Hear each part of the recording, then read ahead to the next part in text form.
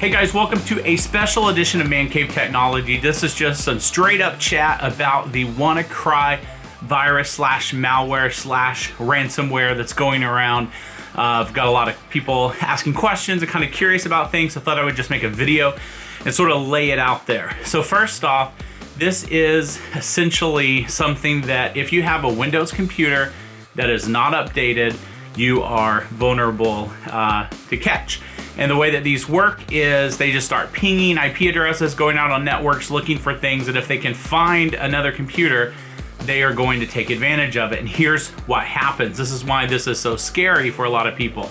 If this gets on your computer, it will encrypt your data, meaning that you're not going to be able to get it. And when we encrypt something, basically there's a key, and without the key, you cannot get back into it. And this is what the internet relies on to make credit cards work and all this stuff. So it's super secure. It's not like a thing that's a joke, or you can go to the Geek Squad and someone's just gonna stick in a CD and get back in. You know, if you've ever lost your password before and someone was able to help you, this is not like that. This is like all your data is held hostage. What they do is you turn on your computer and it says, hey, we have your data, we want money, and we want you to pay us in Bitcoin. And if you don't know what Bitcoin is a currency that is really not traceable, and it's not like your Visa card or American Express. It's kind of a totally different thing. And so they use this because basically, you know, you're not going to get a refund when they don't give you that encryption key. And the chances of getting the encryption key are pretty much zero in a situation like this. There have been some cases in the past that were much smaller where people were more individually targeted and they were going after the money. In this case, you're not going to actually, you know, they're not trying to get a good rating with the Better Business Bureau or trying to, you know, be a good guy. So basically, if you end up getting this virus, you just need to turn off your computer, unplug it, because you don't want to spread this anymore. And if you don't know what you're doing, find someone who can help you to wipe that computer. If you do know what you're doing, unfortunately, your data is just lost and you're going to have to wipe it, and it is sad. Now, having said that, let's talk about what you can do to prevent it. Let's also talk about what you could do so that even if you got this virus, there wouldn't be any problems. You would be just tickled pink because you would have done this. So one, make sure that if you're running a Windows computer, and really all computers, that you have them installing the latest versions of those operating systems and patches. Microsoft did something they rarely ever, never do. They actually went back and issued an update for Windows XP. When Windows XP is really old. That came out a long time ago. And so that's how serious Microsoft is taking this. But if your computer is not set to update, then you're going to be out of luck. So I always recommend just turning auto updates on. There's some people who don't like doing that for various reasons, but basically you want to be protected. The other thing is, obviously, if you're on a Windows machine, having some type of antivirus malware software is always a good idea. And then this is the most important thing, and this is what's going to help you no matter what happens. Make sure that you have some type of backup of your data. And this is like, I know that some people probably get tired of hearing this, but I'm talking to you because you probably don't have a backup.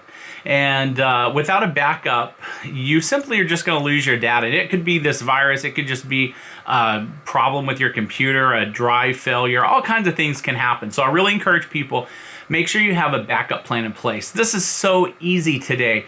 If you're on a Mac, there's a Time Machine. Literally just plug an external drive into the computer and it's going to come up and ask if you want to use that for your Time Machine.